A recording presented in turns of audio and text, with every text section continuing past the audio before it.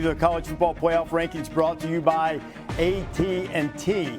Memphis, after knocking Tulane perhaps out of contention for a playoff spot, gets into the field, probably the quietest 10-win team in America. At 24, Army will play for the American title at home against Tulane this weekend. They are back into the rankings at 24. Deion Sanders' Colorado Buffaloes at 23. Finished in a tie for first place, did not win the tiebreaker, will not play in the Big 12 championship game. Syracuse, after knocking Miami out of the ACC championship game, now giving the ACC another ranked team, which perhaps could be helpful to that conference as they try to get multiple bids. Brett Bielema's Illinois team, another quiet 9-win squad. They're at number 21. They have losses to number 1 Oregon and Penn State. We assume Oregon's going to be number 1 again. They're the only undefeated team in the country. Number 20, UNLV is going to play for a spot in the playoff against Boise State in the Mountain West Championship game. Barry Odom's team has won 10. They are up 2 spots to number 20. 19, Missouri Tigers could be important for resume builders for all of those 3-loss SEC teams, one of whom is Missouri, but because of the strength of schedule and the losses that they had, the particular losses, not really viewed to be in that 3-loss mix. BYU started off hot, lost a couple, finished with a win, did not make it to the Big 12 championship game. But what a season they had. They're at number 18 and up a single spot. Clemson, after losing to South Carolina, drops 5 spots, but Clemson simply win, and if they win the ACC championship game against SMU, they'll go to the playoffs. No doubt. That's a great thing if you're Dabo Swinney, and Tyler from Spartanburg will be happy. Win, and we are in. Really simple. It's the fabulous parting, a consolation prize, as it were, for Tyler from Spartanburg. Dabo said people would be mad if they made it. No, they won't. They'll say, hey, good job, Dabo. Number 16, Iowa State. Iowa State's playing for the Big 12 title. Like Clemson, winning in. No real shot at an at-large berth for Matt Campbell's Cyclones, so they'll have an opportunity against Arizona State. At number 15, there is Arizona State. So 15 versus 16, that tells you almost certainly it's going to be one team from the Big 12. Whoever wins it's in, no one else goes from that conference. Also, seeing UNLV where they were, assuming Boise beats UNLV in the Mountain West title game in Boise, Idaho, their backyard on the blue turf, likely that Boise's looking at a first-round bye with the Big 12 champion starting as at least 15 or 16. So something of note there. That would put them, and if they don't get into the top 12, put them at number 12. Now, here's that cluster of 3-loss SEC teams. We'll be looking for Miami, too. South Carolina has been hot with Lenore Sellers. They won late against Clemson, and there they are at number 14. Yeah, nobody more hot than South Carolina at this time of year. It's unfortunate they lost games early on, but they've now won 6 in a row. Texas A&M in that cluster, Missouri, Clemson, on those 6 wins they have, but they're sitting at 14, and that's probably not going to get it done. So South Carolina's problem is head-to-head, most notably against Ole Miss. Ole Miss is 9-3. They beat South Carolina senseless in South Carolina's house, but both teams are sitting there at 9-3. And while Ole Miss has an outstanding win against both Georgia and South Carolina, their strength of schedule is 31. So by some of the teams in front of them's comparison, not quite as strong, knowing that they lost to some teams that aren't in the top 25, like Kentucky and LSU. And obviously, that third loss against Florida is a tough one for them to stomach.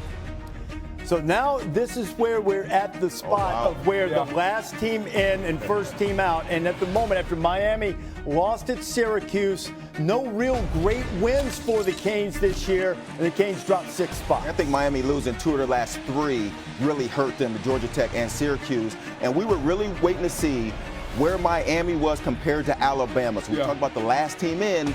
We just needed to see. Now Alabama's ahead of Miami, so Alabama looks like they'll be the last team has a chance to get in. And it's massive, too, because Miami there at 10-2. Obviously, they have not been, so far, the committee has acknowledged win-loss record. But Miami now, their best win against Duke and Louisville, neither team in the top 25. So it's really tough for Miami after their second loss in 3 weeks that they fall behind likely Alabama at 11. One thing all of these teams have proven as we look at number 11. Number 11 is Alabama, as we expected. Now, all of these teams have proven they can lose. They've proven they can lose Absolutely. to mediocre teams. There are disqualifying factors for all of them. Yep. So the question becomes, what did you do well enough to put you at the top of this stack? And right now they have a 3-loss Alabama above a 2-loss Miami. And this is something that Warde Manuel has told us. It's not necessarily going to be the team that has the least amount of losses. We're going to look at these teams and see who we think are the better teams. And that's a clear statement based on that ranking.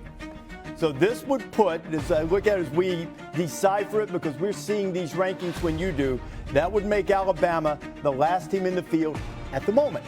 At the moment. Now, this might be important too. Boise State is number 10. They're in a win and in situation. If they lose, they are unlikely to make it. But the reason it's important here for a couple of reasons. One, because of the bye you mentioned. And also because there's another buffer ranking line. We haven't seen SMU yet. So should Clemson beat SMU, one would think that SMU would still be in pretty good shape to hold that last at-large spot, depending on how the game goes. Who's number 9? Indiana. So now we have another line before we see the Ponies. And Curt Cignetti's team, strength of schedule was debated. They really had one huge game, lost it against Ohio State. You see the schedule settling at 65, but they did the thing that good teams do. They hammered almost every other mediocre team they played. And we talked a lot about the strength of schedules, 103, 104, 105. It wound up being 65th, which is not great, but it's somewhere in the middle, and I think that's more salvageable for them. It's almost dead in the middle. Right, Out of 134, right. It's almost right in the middle of the pack. 8. There's SMU. SMU has only one loss early in the season on the road against BYU. And the Mustangs will play Clemson for the ACC championship. Win, obviously they're in and looking at a bye, and lose. And I would think with a couple of buffer teams between them that they would get the last at-large bid or one of the last at-large bids. I think they're in a really good spot. The only thing is you look at who they've now beaten. Duke, Louisville, same suspects as Miami. In Miami, it's being held against them in the second loss situation. Would it be held against SMU? Currently not a single win against a team that is currently ranked in the top 25 for the Ponies. But if they win this week against Clemson, that would obviously punch their ticket. No doubt about it. It's a fair point. And so it's probably really important how SMU plays on Saturday, too. At number 7, Tennessee slides up a spot. We'll look at the bracket momentarily as these teams are right on the cut line of getting home games. Yeah, I think it's interesting. We have not seen Ohio State yet. And I think that's another comparison we're looking for, Tennessee and Ohio State, because they may be matched up against one another, and this will decide who gets the home game. And this is huge. It's cold in Columbus, Ohio. It's cold in Knoxville. That snow we had on the way in here, Ohio State needs to play Tennessee at home if they have a chance to beat them. Have you been to the mountains this time of year? I'm not exactly in the mountains, Reese, but I've been in the area. It's not, it's not Ponte Vedra Beach, Florida down here. You know something. Ohio State's at number 6. They dropped 4 spots. It's still 2 wins against teams that are 11-1. I mean, you beat Indiana, who's sitting at 9, and they beat a team that's in front of them Penn State. So I think Ohio State, while last week is a killer, still appropriately ranked at 6. Let's look at number 5. At number 5, the Georgia Bulldogs will have a couple of top 5 matchups in conference championship games. Georgia and Texas playing for the SEC crown. At number 4, the Fighting Irish of Notre Dame. Now remember, this is where we have to remember the bracketing rules. Notre Dame, no conference, as you know. The highest they can be seeded is 5.